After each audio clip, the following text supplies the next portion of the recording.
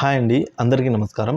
ఈ వీడియోలో ప్రభుత్వ ఉద్యోగుల పెన్షనర్ల పెండింగ్ బకాయిల చెల్లింపులపై ఈరోజు జరిగిన సమావేశంలో ముఖ్య అంశాల గురించి అయితే తెలుసుకోబోతున్నాం. వీడియోని అయితే ఎక్కడైనా స్కిప్ చేయకుండా చివరి వరకు చూడడానికి ప్రయత్నం చేయండి. అలా వీడియో నచ్చినట్లయితే ఒక లైక్ చేయండి. ఇంకా మన ఛానల్ సబ్స్క్రైబ్ అవునట్లయితే వెంటనే సబ్స్క్రైబ్ చేసుకోండి. ఇలాంటి లేటెస్ట్ అప్డేట్ న్యూస్ అనేది ఎప్పటికప్పుడు అయితే మన ఛానల్లో నేను అప్డేట్ చేస్తూనే ఉంటాను.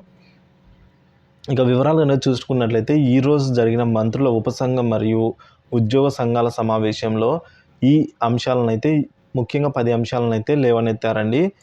వాటిలో మొదటిది ఉద్యోగుల ఇంటీరియం రిలీఫ్ ఐఆర్ 30% ఇవ్వాలని, రెండవది పెండింగ్లో ఉన్న GEF APGLI surrender leave enhancement వెంటనే క్లియర్ చేయాలి అన్నది 2, మూడవది పెండింగ్లో ఉన్న డిఏ అంటే కరువు భత్యం వెంటనే రిలీజ్ చేయాలని, ఇక నాలుగవది చూసుకున్నట్లయితే ఉద్యోగులకు పెండింగ్లో ఉన్న పిఆర్సీ అరియర్లు క్లియర్ చేయాలి అని, ఇంకా ఐదవది పెన్షన్ అడిషనల్ క్వాంటంలో ఉన్న వ్యత్యాసాన్ని వెంటనే తొలగించి పూర్తి స్థాయిలో పెన్షన్దారులకు చెల్లింపులు చేయాలి అని, ఆరవది ఉద్యోగులకు కార్డు రహిత మరియు పూర్తి స్థాయి వైద్య సౌకర్యము ఈహెచ్ఎస్ ద్వారా కల్పించాలి అని, మరి ఏడవది కాంట్రాక్ట్ ఉద్యోగులు రెగ్యులర్ ప్రక్రియ వెంటనే పూర్తి చేయాలి అని, ఎనిమిదవది అవుట్సోర్సింగ్లో పనిచేసే ఉద్యోగులకు రైస్ కార్డ్స్ మరియు ప్రభుత్వం పథకాలు వర్తించేలా చర్యలు తీసుకోవాలి అని, తొమ్మిదవది ప్రభుత్వం అలాగే కాంట్రాక్ట్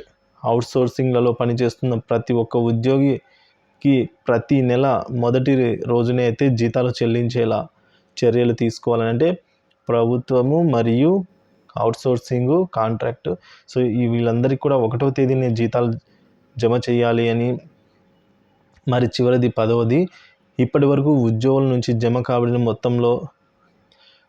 మొత్తంలో బాటు ప్రభుత్వ వాటాను ఈనాటి వరకు వెంటనే ఎన్పిఎస్ అకౌంట్లలో జమ చేయాలని అయితే కోరడం జరిగిందండి.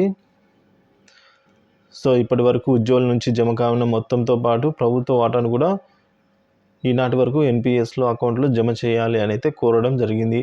అంటే నేషనల్ పెన్షన్ స్కీమ్లో అకౌంట్లో ఇప్పటి వరకు ఎవరైతే ఉద్యోగులు వాళ్ళు పనిచేసినప్పుడు దాచుకొని ఉంటారో పిఎఫ్ అనేది, సో ఎన్పిఎఫ్లో మొత్తం అయితే ఆ అమౌంట్ని జమ చేయమని అయితే డిమాండ్ చేసి ముఖ్యంగా ఈ 10 అంశాలను అయితే లేవనెత్తడం జరిగిందండి మంత్రి ఉపవర్గ సమావేశంలో. సో మరి స్పందన ఎలా వచ్చింది అనేది అయితే కొన్ని అంశాల మీద అయితే వాళ్ళు సానుకూలంగా అయితే స్పందించారండి. ఏవైతే